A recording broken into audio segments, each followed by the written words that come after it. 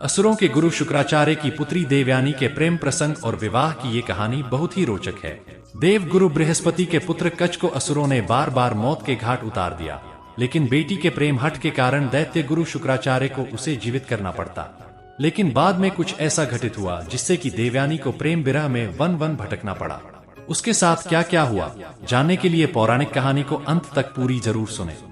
दोस्तों नमस्कार, स्वागत है आपका मेरे YouTube चैनल KR हिंदी कहानियां में। प्राचीन काल में देवासुर संग्राम कई हुए। युद्ध का परिणाम कभी देवताओं के पक्ष में जाता तो कभी राक्षसों के पक्ष में। लेकिन एक समय ऐसा आया कि राक्षसों की शक्ति तेजी से बढ़ने लगी। इसका कारण था मृत संजीवनी विद्या। राक्षसों के गुरु शुक्राचार्य को भगवान शिव के आशीर्वाद से मृत संजीवनी विद्या का ज्ञान मिला हुआ था। अब युद्ध में जो भी राक्षस मारा जाता, शुक्राचार्य उसे फिर से जीवित कर देते। देवताओं के लिए यह बड़ी समस्या बन गई। देवता चिंतित हुए कि अब क्या उपाय किया जाए। देवताओं के गुरु बृहस्पति भी इस विद्या से अनजान थे। देवगुरु बृहस्पति को एक उपाय सूझा। उन्होंने अपने पुत्र कच से कहा कि वो जाकर गुरु शुक्राचार्य का शिष्य बन जाए और मृत संजीवनी विद्या सीखने का प्रयास करे। गुरु बृहस्पति जानते थे कि यह कार्य इतना आसान नहीं होगा। उन्होंने अपने पुत्र कच से कहा कि अगर वो किसी प्रकार शुक्राचार्य की पुत्री देवयानी को प्रभावित या आकर्षित कर लेता है तो संभवतः काम आसान हो जाएगा। कच जाकर गुरु शुक्राचार्य का शिष्य बन गया। कच एक तेजस्वी और देवलोक का सुंदर राजकुमार तो था ही। शुक्राचार्य की पुत्री देवयानी कच को देखकर मन ही मन उसे पसंद करने लगी, परंतु यह बात उसने किसी से उजागर नहीं होने दिया। जब राक्षसों को यह बात पता लग गई कि देव गुरु का पुत्र राजकुमार कच राक्षसों के गुरु शुक्राचार्य से शिक्षा ले रहा है, राक्षस समझ गए कि कच का उद्देश्य तो मृत संजीवनी विद्या सीखनी है। राक्षसों ने निर्णय लिया कि कच का जीवित रहना हमारे लिए विनाशकारी हो सकता है। अतः वो चुपचाप कच को मारने की योजना बना लिया। एक दिन राक्षसों ने कच को पकड़कर उसका वध कर दिया। देवयानी को जब यह पता चला तो उसने रो रो कर अपने पिता से कच को पुनर्जीवित करने की विनती की। शुक्राचार्य देवयानी का कच के प्रति प्रेम समझ गए। हारकर उन्होंने कच को जीवित कर दिया। इस बात से राक्षस चिढ़ गए। उन्होंने कुछ दिन बाद फिर से कच को मौत के घाट उतार दिया। लेकिन शुक्राचार्य भी क्या करते, पुत्री मोह में उन्हें कच को पुनः जीवित करना पड़ा। अब तो राक्षस और ज्यादा क्रोधित हो गए। उन्होंने सोचा जो भी हो जाए कच को रास्ते से हटाना ही होगा। उन्होंने तीसरी बार कच को मार डाला। इस बार राक्षसों ने चालाकी की। राक्षसों ने कच को मारकर उसके शरीर को जला दिया और राख को एक पेय में मिलाकर अपने गुरु शुक्राचार्य को ही पिला दिया। राक्षसों ने सोचा चलो अब तो कच की छुट्टी हो गई। लेकिन देवयानी ने जब कच को कहीं नहीं पाया तो वो समझ गई कि कच के साथ क्या हुआ होगा। देवयानी ने फिर अपने पिता शुक्राचार्य से विनती की कि वो पता करें कि कच के साथ क्या हुआ है। शुक्राचार्य महान ऋषि तो थे ही। उन्होंने अपने तपोबल की शक्ति से कच का आवाहन किया तो उन्हें खुद के पेट से कच की आवाज आई। शुक्राचार्य दुविधा में पड़ गए। अगर वो कच को जीवित करते हैं तो वो स्वयं मर जाएंगे। इसलिए उन्होंने कच की आत्मा को मृत संजीवनी विद्या का ज्ञान दे दिया। कच अपने गुरु शुक्राचार्य का पेट फाड़कर बाहर आ गया और शुक्राचार्य की मृत्यु हो गई। कच ने मृत संजीवनी विद्या का प्रयोग किया और गुरु शुक्राचार्य को जीवित कर दिया। कच ने शुक्राचार्य को जीवित करके शिष्य धर्म को निभाया। अतः शुक्राचार्य ने कच को आशीर्वाद दिया। देवयानी कच को देखकर अत्यंत प्रसन्न हुई और उसने कच से विवाह करने की इच्छा जताई। जवाब में कच ने सत्य उजागर कर दिया कि यहाँ आने का उसका उद्देश्य मृत संजीवनी विद्या का ज्ञान प्राप्त करना था। वो तो पूरा हो चुका, अब वो वापस देवलोक जा रहा है। इसके साथ ही कच ने यह भी कहा कि चूंकि वो शुक्राचार्य के पेट से निकला है, इस प्रकार शुक्राचार्य उसके पिता समान हुए। इस प्रकार देवयानी कच की बहन हुई, इसलिए वो अपनी बहन से शादी कैसे कर सकता है। देवयानी को इस बात से बहुत पीड़ा हुई। दुख और क्रोध में देवयानी ने कच को श्राप दिया कि वो मृत संजीवनी विद्या का प्रयोग कभी भी नहीं कर पाएगा। कच इस बात से क्रोधित हो गया और क्रोध में उसने भी देवयानी को श्राप दिया कि उसका विवाह जिससे भी होगा वह चरित्रवान नहीं होगा। कच के चले जाने के बाद देवयानी दुखी मन से जीवन बिताने लगी। एक दिन देवयानी राजकुमारी शर्मिष्ठा के साथ नदी में स्नान करने गई। राजकुमारी शर्मिष्ठा असुर राज वृषपर्वा की पुत्री थी। राजा वृषपर्वा गुरु शुक्राचार्य का बहुत सम्मान करते थे और उन्हें अपना मुख्य सलाहकार नियुक्त किए थे। इसी कारण देवयानी और शर्मिष्ठा में पहचान और दोस्ती थी। जब लड़कियां स्नान कर रही थीं, तो जोर ही हवा चली, जिससे नदी के बाहर रखे उनके सूखे कपड़े इधर उधर बिखर गए। जब देवयानी ने नदी से बाहर आकर कपड़े पहने तो गलती से उसने शर्मिष्ठा के कपड़े पहन लिए। हवा की वजह से सब कपड़े आपस में मिल गए थे, इसलिए देवयानी से यह सब भूलवश हो गया। शर्मिष्ठा ने जब यह देखा कि देवयानी ने उसके कपड़े पहन लिए तो वह गुस्से से बोली, राजकुमारी के कपड़े पहनने से तुम राजकुमारी नहीं बन जाओगी। तुम्हारे पिता मेरे पिता के सेवक ही हैं, तो तुम भी सेविका ही रहोगी। देवयानी बहुत खूबसूरत थी। राजकुमारी के कपड़े पहनने से उसकी सुंदरता और भी बढ़ गई थी। शर्मिष्ठा भी कम रूपवती नहीं थी, पर उसे देवयानी से स्त्री स्वभाव वश जलन होने लगी। स्नान करके लौटते समय गुस्से और जलन में शर्मिष्ठा ने देवयानी को एक सूखे कुएं में धकेल दिया और अपनी दासियों के साथ वापस महल आ गई। कुआं बहुत गहरा नहीं था, इसलिए देवयानी बच तो गई, लेकिन वो उस कुएं से बाहर नहीं निकल पाई। गिरने से लगी चोट से कराहती देवयानी बचाने की गुहार लगाने लगी। संयोगवश उसी जंगल में युवा राजा ययाति शिकार खेलने आए थे। राजा ययाति महाप्रतापी राजा नहुष के पुत्र थे। जब ययाति कुएं के पास से गुजरे तो उन्होंने देवयानी की करुण पुकार सुन लिया। राजा ययाति ने देवयानी को कुएं से बाहर निकालकर उसकी प्राणों की रक्षा की। राजा ययाति एक सुदर्शन पुरुष थे। उनके सुंदर व्यक्तित्व से देवयानी प्रभावित होकर बोली, आपने मेरा हाथ पकड़ा ही है तो अब इसे छोड़िएगा नहीं, मुझे अपनी पत्नी के रूप में स्वीकार कीजिए। ययाति भी देवयानी के रूप यौवन पर मोहित हो गए।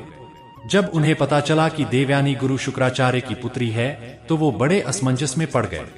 राजा ययाति ने देवयानी से बताया कि मैं तो तुमसे विवाह करना चाहता हूँ, परंतु तुम्हारे पिता को यह संबंध स्वीकार नहीं होगा, इसलिए मैं यह विवाह नहीं कर सकता। यह कहकर दुखी मन से राजा ययाति ने देवयानी से विदा लेकर चले गए। जीवन में दूसरी बार देवयानी का तिरस्कार हुआ। अपमान, दुख और शोक में डूबी देवयानी वही कुएं के पास बैठकर रोने लगी। उधर जब शाम तक देवयानी जंगल से वापस नहीं आई तो शुक्राचार्य को चिंता हुई। शुक्राचार्य देवयानी को खोजने निकल पड़े। वन में जब उन्हें देवयानी मिली तो उसकी हालत देखकर उन्हें बहुत दुख हुआ। देवयानी के कपड़े गंदे, शरीर में चोट के निशान और सुंदर सा चेहरा आंसुओं में डूबा हुआ था। अपनी पुत्री की यह दशा देखकर शुक्राचार्य बहुत दुखी हुए। उन्होंने देवयानी से पूछा कि उसकी इस हालत के लिए कौन जिम्मेदार है। देवयानी ने राजकुमारी शर्मिष्ठा की बात बताई और कहा कि राजकुमारी ने मुझे एक सेवक की पुत्री कहा और मेरा अपमान किया। मैं यहाँ से तब तक नहीं हिलूंगी जब तक राजकुमारी शर्मिष्ठा मेरी दासी नहीं बन जाती। अब यह बात तो असंभव थी, पर गुरु शुक्राचार्य अपनी लाडली बेटी के हठ के आगे ना नहीं कह पाए। शुक्राचार्य ने राजा वृषपर्वा को संदेश भेजा कि वो उनके राज्य में तब तक वापस नहीं लौटेंगे जब तक देवयानी के इच्छानुसार राजकुमारी शर्मिष्ठा देवयानी की सेविका नहीं बन जाती। राजा वृषपर्वा यह बात जानते थे कि गुरु शुक्राचार्य के बिना असुरों का पतन निश्चित था। राजकुमारी शर्मिष्ठा भी यह बात जानती थी, इसलिए अपने वंश और राक्षस जाति के लिए उसने आखिरकार देवयानी की सेविका बनना स्वीकार कर लिया। दिन बीतने लगे। एक दिन देवयानी उसी वन में घूम रही थी कि उसकी मुलाकात एक बार फिर राजा ययाति से हो गई। देवयानी और ययाति दोनों एक दूसरे को देखकर बहुत खुश हुए। इस बार देवयानी ययाति को अपने साथ लेकर पिता शुक्राचार्य के पास पहुंची और ययाति से विवाह करने की इच्छा जाहिर की। गुरु शुक्राचार्य ने देवयानी की इच्छा स्वीकार तो कर लिया, पर उन्होंने ययाति के सामने शर्त रखी कि जीवन में कभी भी ययाति की वजह से देवयानी के आंख से एक भी आंसू आना नहीं चाहिए। ययाति ने यह शर्त सहर्ष मान लिया। फिर देवयानी और ययाति का विवाह हो गया। देवयानी से विवाह के बाद राजा ययाति वापस अपने राज्य प्रतिष्ठानपुर, जो अब आधुनिक इलाहाबाद शहर है, वापस लौट गए और आनंद पूर्वक जीवन बिताने लगे। देवयानी के साथ सेविका राजकुमारी शर्मिष्ठा भी आई थी। दासी होने के बावजूद चूंकि शर्मिष्ठा एक राजकुमारी तो थी ही, इसलिए उसे भी रहने के लिए एक महल दे दिया गया था। एक दिन शर्मिष्ठा बगीचे में घूम रही थी कि उसका सामना उधर से गुजरते राजा ययाति से हो गया। कच के श्राप का असर कहें या शर्मिष्ठा की सुंदरता या विधि का खेल, राजा ययाति शर्मिष्ठा की सुंदरता पर मोहित हो गए। शर्मिष्ठा भी ययाति की ओर आकर्षित गई थी। शर्मिष्ठा ने ययाति से विवाह करने की अपनी इच्छा बताई। इच्छा तो ययाति की भी थी, पर वो यह जानते थे कि देवयानी को पता चला तो बहुत क्रोधित होगी। देवयानी को कष्ट हुआ तो गुरु शुक्राचार्य का रोष ययाति पर टूट पड़ेगा। शर्मिष्ठा ययाति से कहती है, राजधर्म के अनुसार यह बात जरा भी अनुचित नहीं है कि एक राजा एक राजकुमारी से विवाह कर लें अगर दोनों के मन में एक ही भाव हो तो। हम दोनों के मन में एक ही भावना है, इसलिए हमें निःसंकोच विवाह कर लेना चाहिए। आखिरकार ययाति शर्मिष्ठा की बातों से निरुत्तर हो गए और दोनों ने गुपचुप गंधर्व विवाह कर लिया। कुछ दिन बाद देवयानी गर्भवती हुई और उसके 2 पुत्र हुए, यदु और तुर्वस्तु। उधर शर्मिष्ठा ने भी 3 पुत्रों को जन्म दिया, पुरु, अनु और द्रुह्यु।